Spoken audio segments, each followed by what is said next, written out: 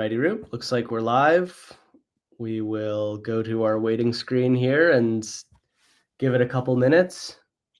We'll be right back in a few once people get the opportunity to join, and we'll kick things off. Sounds good.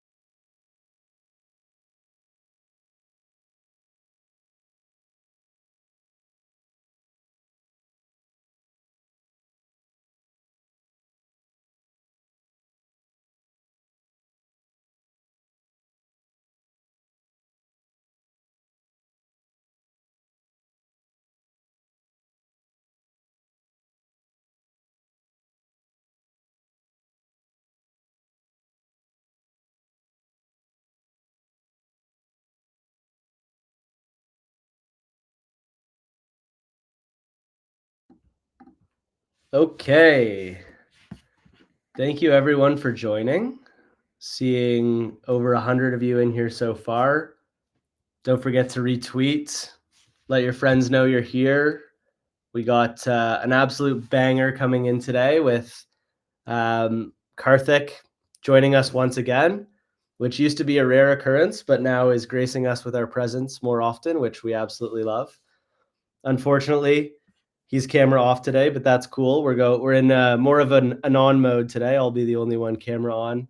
So you'll watch my reactions as you listen to the geniuses go to work here. Joined with us, we have Kasett from Derive. She is the head of partnerships, and I will let her keep introducing herself. Hey, everybody. Thanks for having me today. Yes, I'm Kasett from Derive. I lead our partnerships, and I work with all of our liquidity providers and integrators and have a background in option market making and risk. So we could not be more excited for the power of integrating with Spicenet and to chat about it today. Yeah, absolutely. If you want to just give everyone a rundown, just in case they don't know what Derive does. I mean, I've bull posted it on Twitter. Appreciate Karthik that. has bull posted it on Twitter. But yeah, give us a quick elevator pitch if you don't mind. Yeah, so Derive is a self-custodial derivatives exchange. We have a high performance central limit order book as well as an RFQ platform.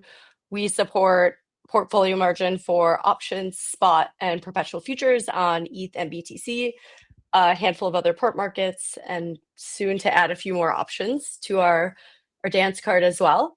We live on the OP stack, and we've been building in the space about 4 years now. I think a leader in the options for the majority of the time, and we're excited to see these kinds of improvements. I think the timing is right with institutional onboarding to DeFi finally for options to have their moment.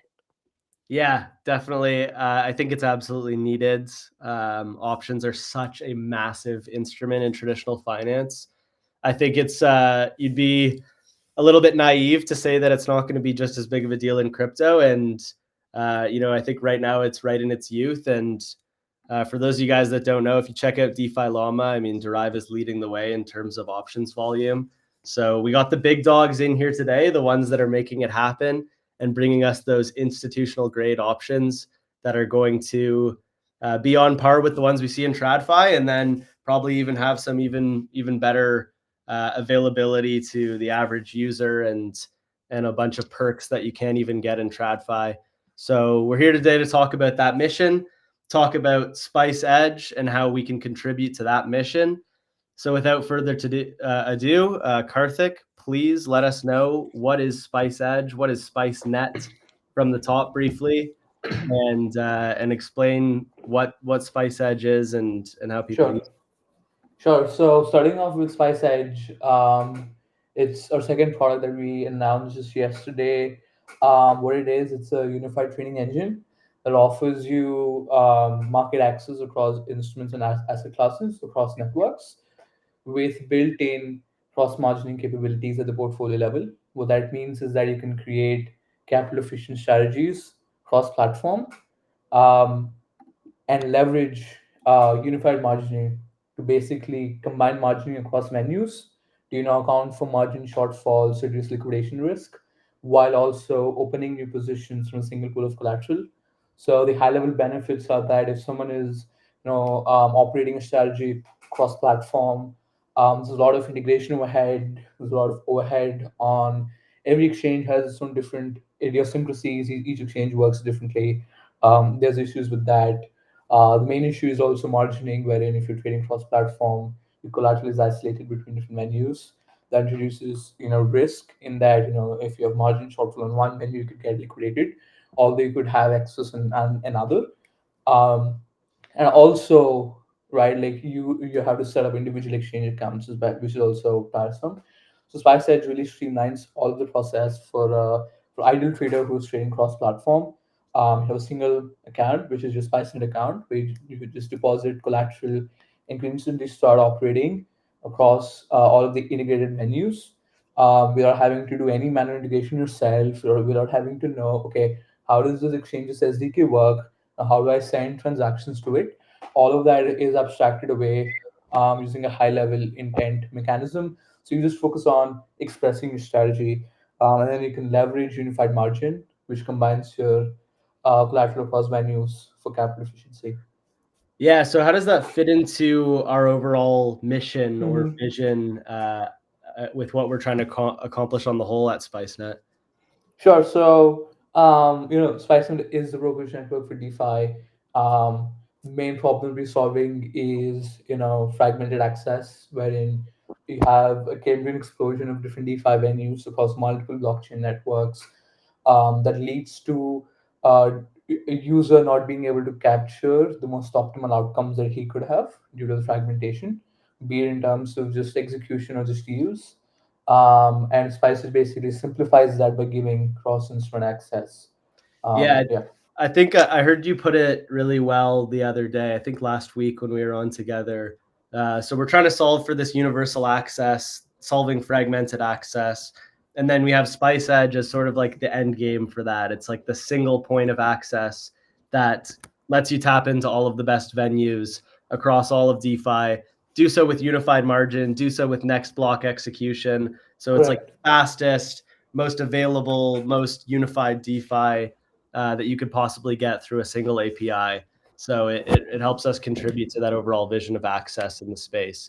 Now you touched on it a couple times, but just to summarize, like Mhm. what are the main pain points here that Spice Edge Hmm. is solving? Right. So first of all, bespoke integrations. If you're operating cross-platform, let's say just an arbitrage strategy, you have to integrate multiple menus. They can be on multiple different blockchains, which is another pain point, right? As you scale your strategy, just adding more menus becomes really painful. Second, each exchange works differently. The Hyperliquid SDK is different from the Derive SDK, obviously, and you need to know how each SDK works. So integration takes a lot of time. The third PowerPoint is unified margin, wherein when you're trading cross-platform, obviously you need to hold collateral directly with the venue itself. That introduces a few things. You have to create accounts in each exchange. The collateral is fragmented and not interoperable between each venue. Let's say if you have a profitable position and a loss-making position, two venues, ideally you should be able to net them the same way you would do on a single exchange itself if you're trading cross margin on a single exchange. Um, and also, you cannot use your margin one to take positions in others. That's not possible as well. So those are the three high-level issues, and that is made more.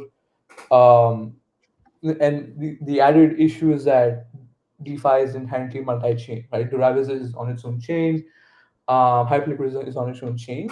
So integration and all of this becomes much more harder because of the multi-chain environment. And that's like as of recently, right? Right, exactly, because DeFi itself was not that significant until like this year, which is when everything started taking off.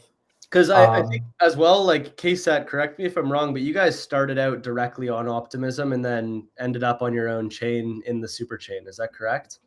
Yeah, that's right. We started about 4 years ago as Lyra, an option AMM on Optimism mainnet. We were actually the second protocol to deploy after Optimism went live. But as the technology has scaled and gotten so much better with all of these app-specific chains that are able to, count on a reliable technology stack, like it allows us to keep as much of our protocol on chain as possible, of the margin, liquidations, risk, because we're not sharing gas with other protocols. But it does then naturally sort of fragment us from the rest of the market, while we really do need to be on our own chain for our own, business use case.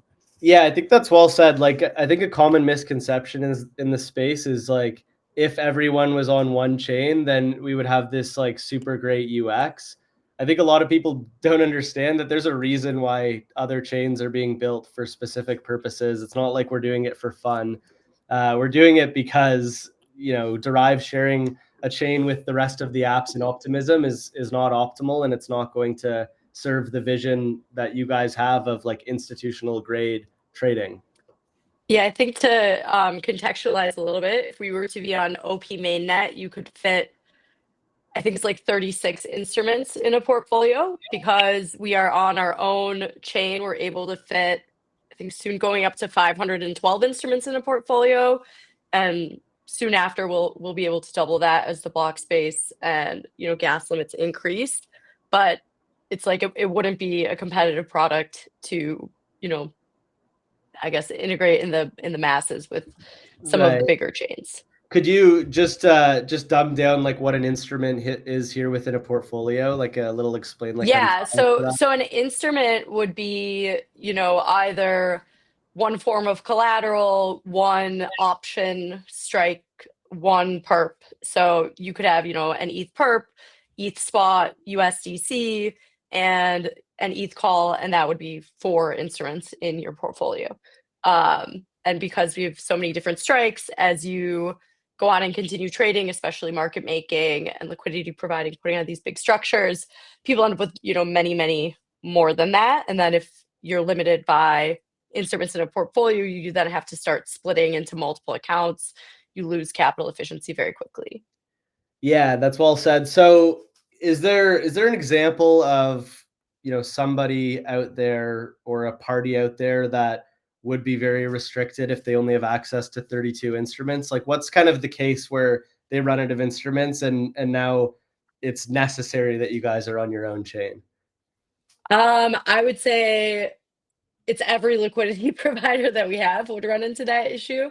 And given it's their capital, like their cost of capital is really probably highest in the system, and they're the ones that are driving the width of the market and the depth of the liquidity. If they're having really bad capital inefficiency, there's no chance of providing a competitive quote to, another exchange.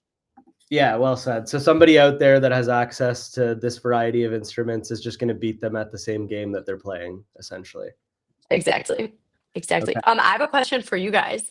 Yeah. You mentioned unlocking different forms of collateral. What types of collateral is Spicenet going to enable? Ooh, Karthik, you want to take this one or should I? Am I allowed to Sure. ask that? I don't. Yeah, sure. So one main constraint is on trading is obviously the amount of collateral types you can use, which is why cross collateral is such a big feature for exchanges as well. But then it's always very limited, right? Like for example, just one example we've discussed back and forth a lot of times. Just take a Uniswap LP position, let's say like a vault position. In this case, it's providing liquidity to Uniswap. You're getting burned on IL, right? And that is because the LP position is prone to really volatile moves in either way. But there's no way to unless unless you can borrow against it or separate cash, separate USDC to hedge it, which makes it capital inefficient at that point. So that is so lack of collateral types is basically keeping away a lot of the strategies that people want to execute, especially in impermanent loss where you're losing probably lost $1 billion to IL already after the merge. Yes, yeah, Um, billion Insane. on yeah, Ethel one. On Ethel one yeah, alone since the merge, it's like a billion. Yeah. yeah. And then it's also like really simple to hedge, right? Like you the hedge is simple, just buy a long straddle, just buy a put and a call that hedges you against the volatility risk. But till today, it's not been possible. A, because first of all, the LP position is on Ethereum mainnet. You guys are on your L2. So how would I kind of use my LP token as collateral on a separate network? And B, there's no kind of like a prime broker here, right? Like that gives you margin on your portfolio. um, and so that's one of the real use cases. Second is also just simple, just take for example like Ethena, right? Or like a vault strategy that is actively trading and taking exposure on the order books, and you want to hedge against it. You can just take that position, borrow against it, and hedge off of that exposure, giving you a tight neutral portfolio. All of these things are really sophisticated strategies that were kind of gate kept because the real infrastructure for this didn't exist yet. And then with us, you can kind of really unlock new collateral types and therefore new strategies as well. Yeah, I think a common misconception about options in the crypto space is that they're supposed to be like this rival degen tool. And this is why perps are so commonly used, especially in DeFi, is because we've been such a degen led industry. And perps is the easiest way to give people access to leverage because it's the simplest. Like you don't have to worry about when it's going to expire. There's a single contract where liquidity providers can market make, so you get deeper liquidity on them. But people think that options is supposed to rival that in like being this leverage tool where if I'm bullish on Bitcoin, I'm going to buy call options to get extra leverage on it. I don't think people understand that most of the volume that goes through options in traditional markets is acting as a hedge. And I'm assuming this is why out of the gates, you guys were like, let's have portfolio margining. And you made that such a critical part of your mission statement when I asked you at the start is like portfolio margining, because then you're able to actively and effectively hedge between your futures positions and your options positions. And then I think with Spice Edge, we're just able to expand that to any other capital type in the space that can be liquidatable, because then we can have it sitting in the Spicenet margin account and be counted as your capital to go towards these options premiums. So the optionality is pretty endless. The sky's the limit. Karthik named a couple of the really cool use cases that we see that we really need right now. But I would like to kind of turn it back to you as well, Kasett. Like, where in Derive's mission statement would you say Spice Edge fits in, and why are you guys specifically interested in integrating it? Yeah, I guess, to the end of the Uni V3 positions and liquidity in all of DeFi, it's really like one of the most vexing problems that every protocol faces. We face that with our own token.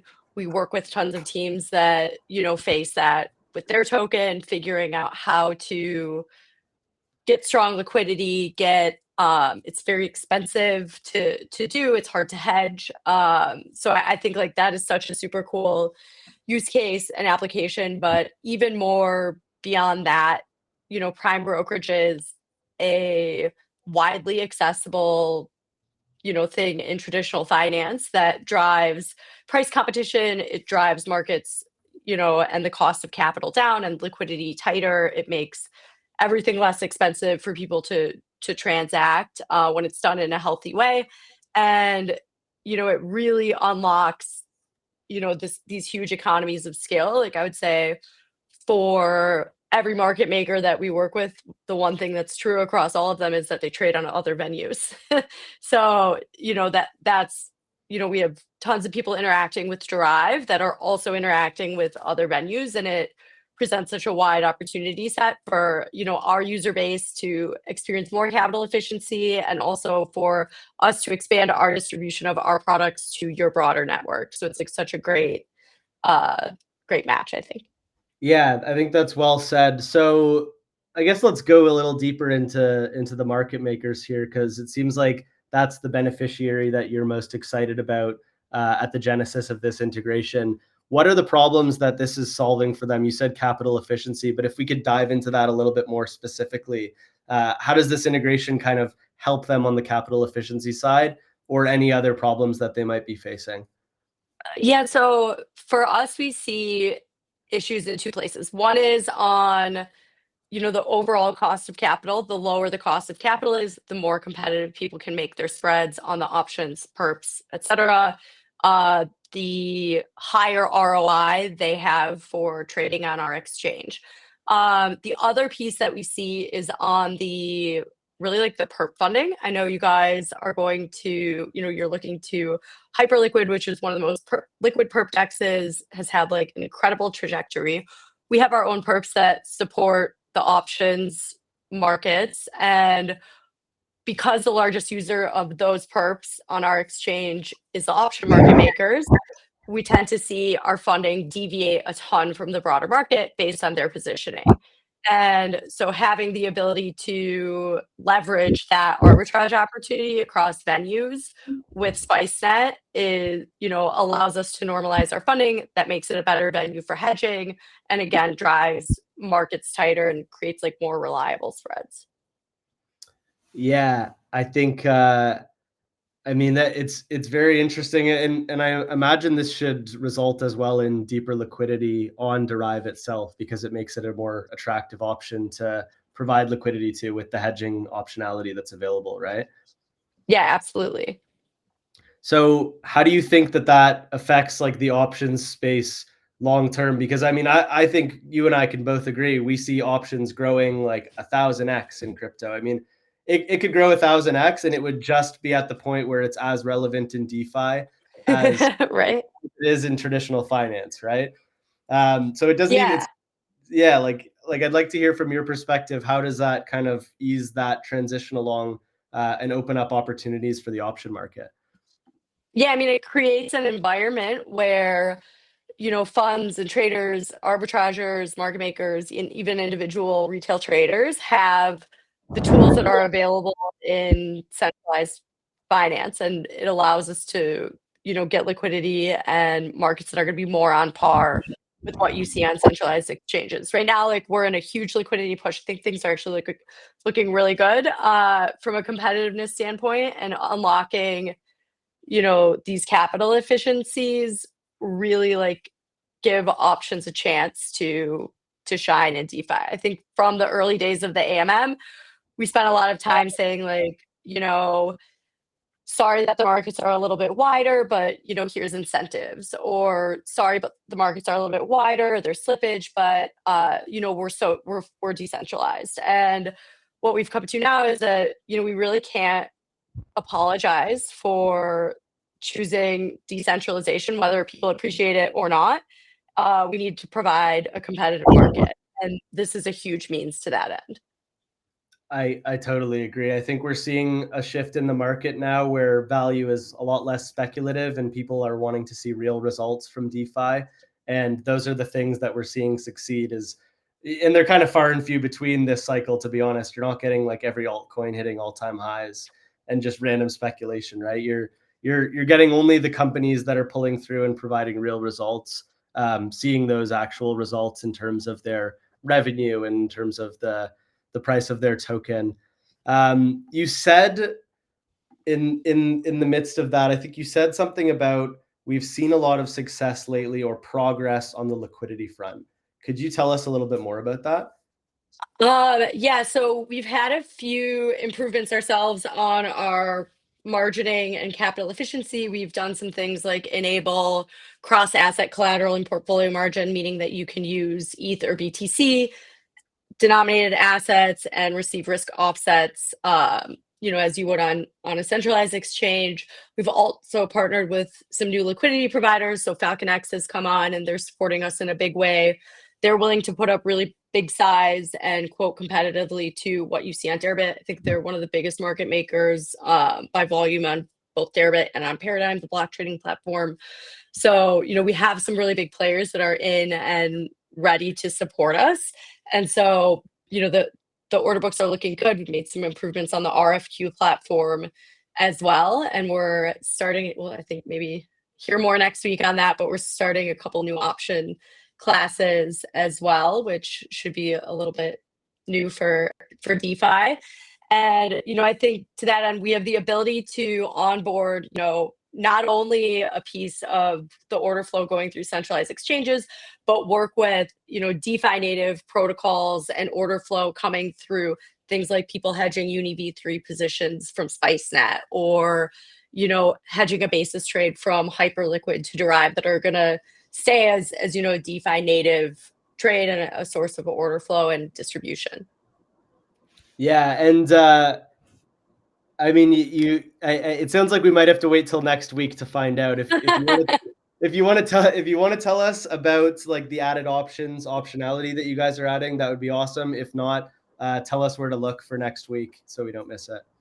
Yeah, I think we'll probably announce a few things early next week, but I guess I would say like we have a number of perps on Derive. We're really focused on instruments that are going to support growth in the option space. So I think anything that you see right now listed as perp on Derive is a potential candidate now or in the future for an options market. And, furthermore, we see a lot of interest in some of the alt assets that aren't listed on centralized exchanges and a lot of interest in running those through RFQ and sort of like bespoke, trading agreements with market makers and, being able to utilize the flexibility of the system without, needing to go through this whole TradFi onboarding process, which takes honestly forever.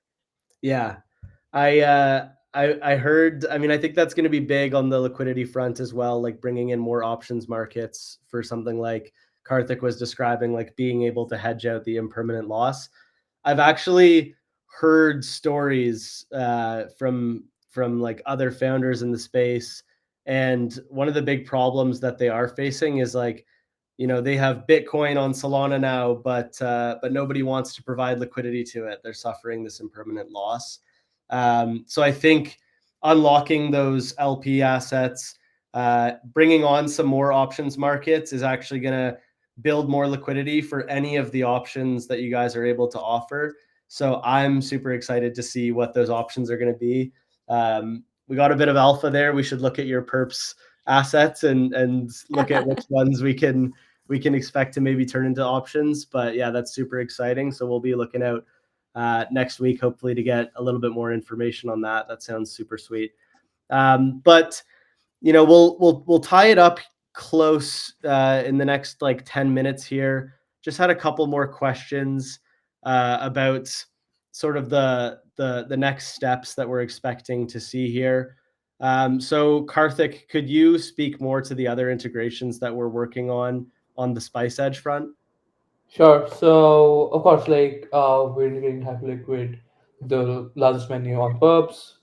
That unlocks basically allows traders to create spreads between pubs and options, and that's kind of beneficial because if the underlying is BTC, I wouldn't need the spot leg, meaning I could get more leverage. and also I don't need the underlying at all. I can just use USDC on both fronts. That's exciting.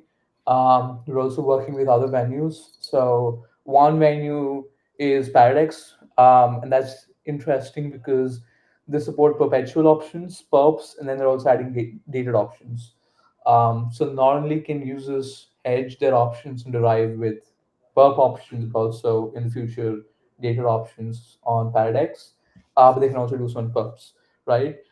That and then that is important because the only way to hedge options today is do so on Deribit and Derive, but like Deribit is a centralized exchange leg, so there's no way like that's inefficient because withdrawals can take time.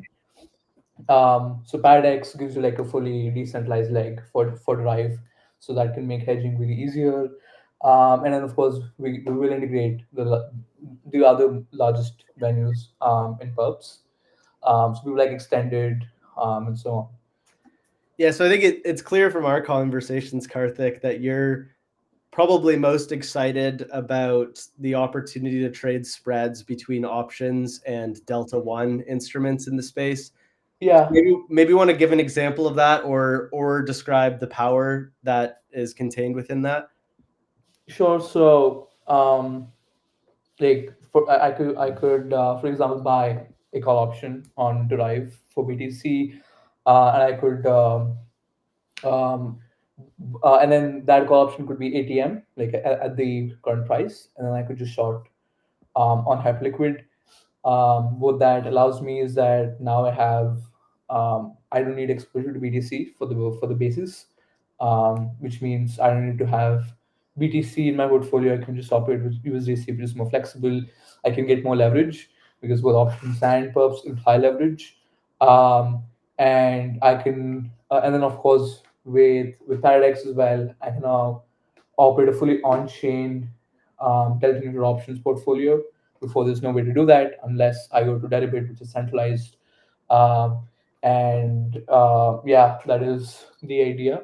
And then in the specific trade of options and pubs, if the price of BTC goes up, of course my short declines, but an iron funding, but then the option premium earns me money. But then if the price goes down, the option decays, but then the short earns me money. So it's a kind of a quasi delta neutral. But then yeah, you get the point. But even in that case, like you actually get some positive price action exposure as well, right? Because if Right. you're fully hedged out spot to perps, then I mean you're exposed to the price action on both ends. But with an option, you have the option also to not execute it, right? Yeah. Yeah. Correct. So in that example, like if you have a short on perps and then you have a call option on Bitcoin, and that's Yeah. hedging out your short. I mean, if the price comes down significantly, you actually can make money off the price action as well, right? Correct. Yeah. The short makes the money. You can just of course the option decays in premium, you can just not execute it. Or the option part is relevant here because options give you a different payoff from perps, right? Delta one is that they have a linear payoff with the underlying. Options give you convexity. So that's really important. Like that's a different type of exposure for traders who would want that kind of construction. Amazing. Yeah. You're So also able to, sorry, you're no, get also for it. able to do with the options, you can do synthetic forwards to replicate expiring futures through Mhm. RFQ or, outright through the order book. And so you can do sort of like a fixed rate basis versus floating rate arbitrage to whatever you see on various perp Mhm. dexes. And likewise, you can create fixed rate lending structures Mhm. against, a basis trade to, yeah, really any structure is possible. And Spicenet is going to unlock a huge capital efficiency to loop any of those strategies that are delta neutral and yield bearing. So what are the benefits to those strategies? So on a synthetic forward, which is essentially the same payout graph as an expiring future, the benefit is knowing what your funding is going to be. So if you have a view of the market within a certain time frame and you want to know with certainty what funding you will pay, you can do it through the options. If so maybe you could lock in an 8% funding or a 12% funding, whatever the market may be on those, and you're guaranteed to get that by, on expiration, because the future will converge to spot price at expiration. With a perpetual future, for the most part, you're going to get the, I think, standard 10.95% in funding. But we've seen, I guess, like in the last, several weeks, that can vary wildly over time. And it's not always a guarantee that it's positive. And it can go, very far in one direction or the other for, extended periods of time when the market regime changes very quickly. So as a market maker, you can go from making money off your position to paying for your position. Right. Exactly. If you've hedged with a long perp and you think you're going to be paying 11%, and that's all well and good, and then all of a sudden the market starts screaming higher and perp funding spikes, you could be stuck in a position paying multiples of that for unknown duration. And like the hope is that someone comes in and arbs the funding out. But sometimes we see it across, multiple venues when everybody's super bullish or, on the flip side, super bearish. You see super negative. Yeah. So having an expiry date as well is actually beneficial in a lot of cases, because then you're exiting that position and like rolling over on a specific date, and you're planning for that in your strategy. Yeah, and it can give you an opportunity to arb as well by trading an expiring forward versus a perp. When the perp funding, deviates, you can put on the trade, wait until, conditions normalize, and then unwind. Awesome. Yeah. And I'm hoping a lot of those strategies will be executed by, the brainiacs like yourself that understand how that works, and then and then displayed as opportunities for other people in the space. I mean, DeFi has like a really awesome leg up on TradFi in the ability to kind of bring in user capital together for a strategy very quickly and effectively. So I think in some ways we also have a leg up on TradFi in terms of executing these strategies once we get the same efficiency that TradFi has. Yeah, absolutely. Well, that's awesome. I think we'll have to wrap up here. I'm definitely looking forward to diving into more of these strategies with you guys, but we could go on for hours about them.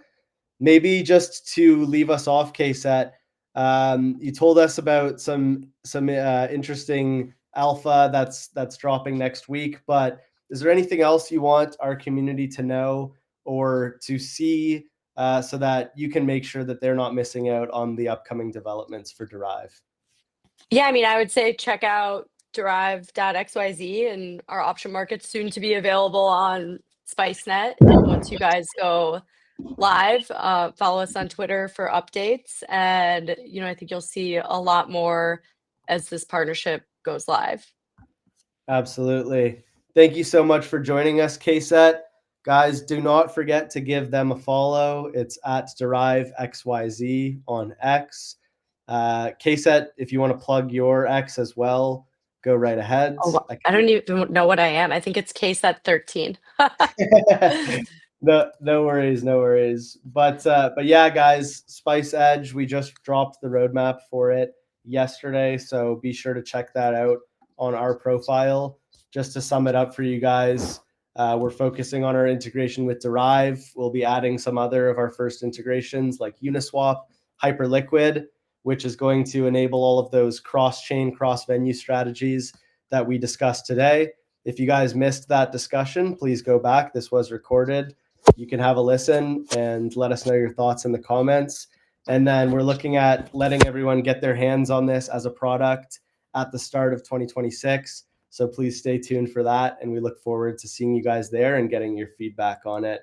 But yeah, until next time, thanks for joining us, Karthik. Thanks for joining us, Kasett. Everyone else, thanks for listening. Appreciate you guys.